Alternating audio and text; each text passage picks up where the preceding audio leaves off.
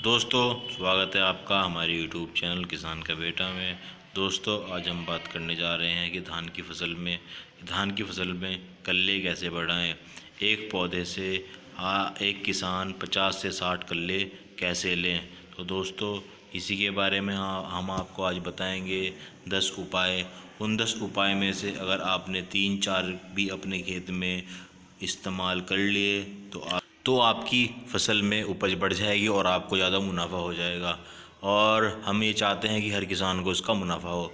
तो आइए वीडियो को स्टार्ट करते हैं और जानते हैं कि हम अपने खेत में कौन कौन से उपाय करें। नंबर 1, डीएपी और एसएसपी डालें। जब हम धान की रोपाई करते हैं तो रोपाई करते हुए वक्त डीएपी या एसएसपी में से एक डालें।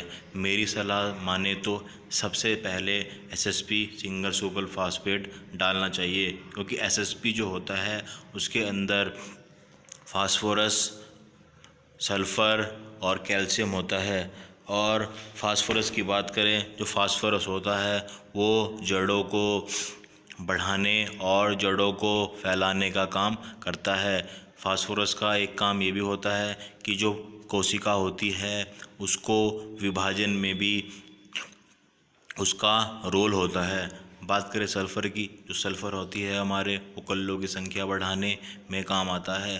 कैल्शियम जो होता है, कैल्शियम भी जड़ों को जल्दी से ग्रो करने के काम आता है। नंबर 2, अपने खेत में निराई गुड़ाई करें।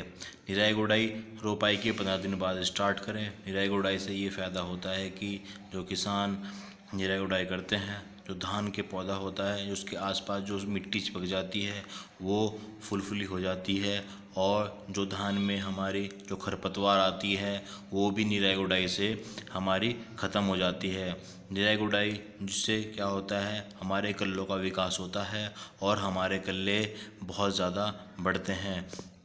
नंबर 3, खेत में पाटा लगाएं।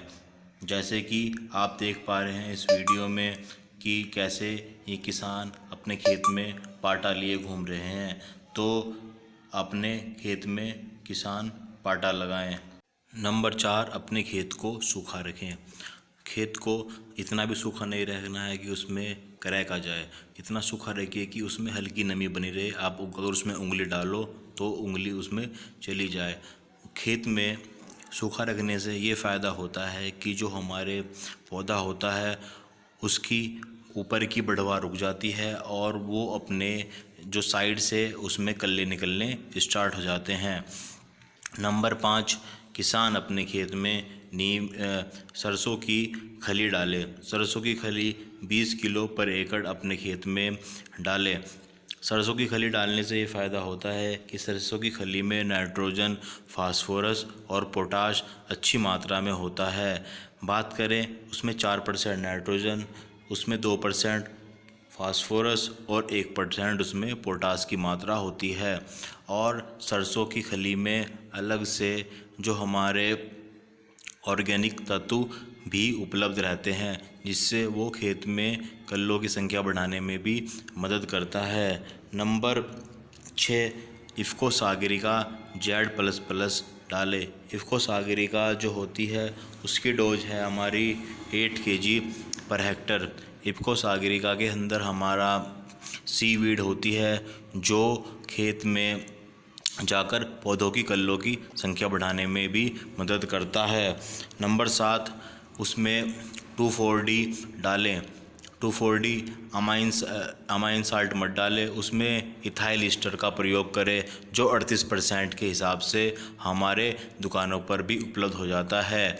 और उसकी डोज जो होती है 500 ml पर एकड़ के हिसाब से डालें, क्योंकि 2,4-D होता है वो भी एक ग्रोथ प्रमोटर होता है।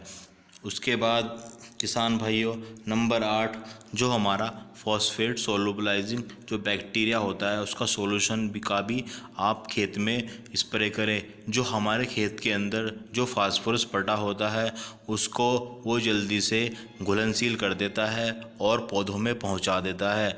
उससे क्या होता है कि जब ज़्यादा फास्फोरस हमारे धान के पौधों को मिलेगा तो उसकी जड़ों का विकास हो जाता है और उसकी जड़ें फैलने लगती है। जड़ों को फैलने से क्या होता है कि उसके कल्लों की संख्या बहुत ज़्यादा बढ़ती है और हमारे धान की फसल का उत्पादन बढ़ता है।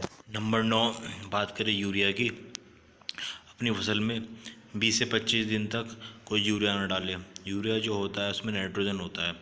नाइट्रोजन जो होता है वो फसलों के हाइट बढ़ाने के काम आता है, यानी ऊंचाई बढ़ाने के काम आता है, और वो जो हमारी जड़ें होती हैं उसमें कोई काम नहीं करता है।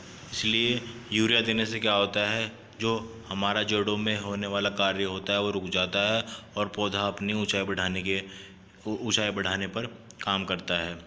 ठीक है। उसके बाद क्या होता है, नंबर 10, पौधे की दूरी का नियंत्रण रखें।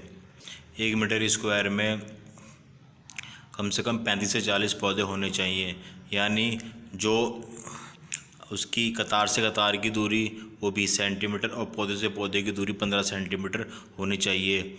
एक जगह पर सिर्फ एक पौधा ही लगाएं। एक पौधा लगाने से क्या होगा कि पौधा अपनी डिस्टेंस मेंटेन रखेगा और वह सब चीज़ अच्छी मात्रा में ग्रहण करेगा, यानी एक अच्छा स्थान ग्रहण करेगा, अच्छे उर्वरक ग्रहण करेगा और सूर्य की किरणों भी उसे पर्याप्त मिल पाएंगी। इससे क्या होगा कि हमारी पौधे का जड़ों का अच्छा विकास होगा और पौधा अच्छा उत्पादन देगा। तो किसान भाइयों, ये थे हमारे 10 उपाय आपके धान के कल्ले बढ़ाने के लिए, और आपको इनमें से जो भी सही लगे आप उसमें 3 या 4 उपाय करके देखिए, आपको ज़रूर उसमें लाभ होगा। हम आपके अच्छे उत्पादन की कामना करते हैं, तो इसीलिए किसान भाइयों हम आपसे एक अनुमोदन करते हैं कि हमारे चैनल को सब्सक्राइब करें और हमारे इस वीडियो को शेयर करें। आप जितना भी शेयर करेंगे हम और ज़्यादा वीडियो बनाने के लिए तत्पर होंगे, और हम ज़्यादा वीडियो बनाएंगे, इसका फ़ायदा आपको मिलेगा। किसान भाइयों धन्यवाद, और हम आपके अच्छी उपज की कामना करते हैं। जय हिंद, जय जवान, जय किसान।